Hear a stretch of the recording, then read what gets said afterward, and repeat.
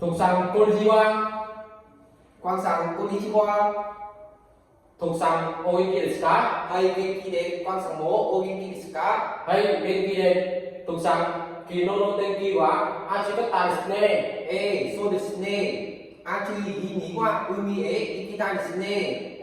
昨日、私は初めてハーバー湾へ行きました。ハローワン、どうでしたか？とっても綺麗でした。そして人が多かったですよ。ワンさんの家からそこまでどのくらいかかりますか？車で10時間ぐらいかかりまそうですか。ちょっと遠いですね。一人で行きましたか？す。いいえ、家族と行きましたぞ。とっても楽しかったです。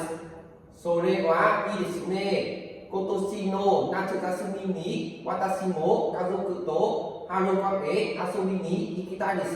ぜひ行ってみてください。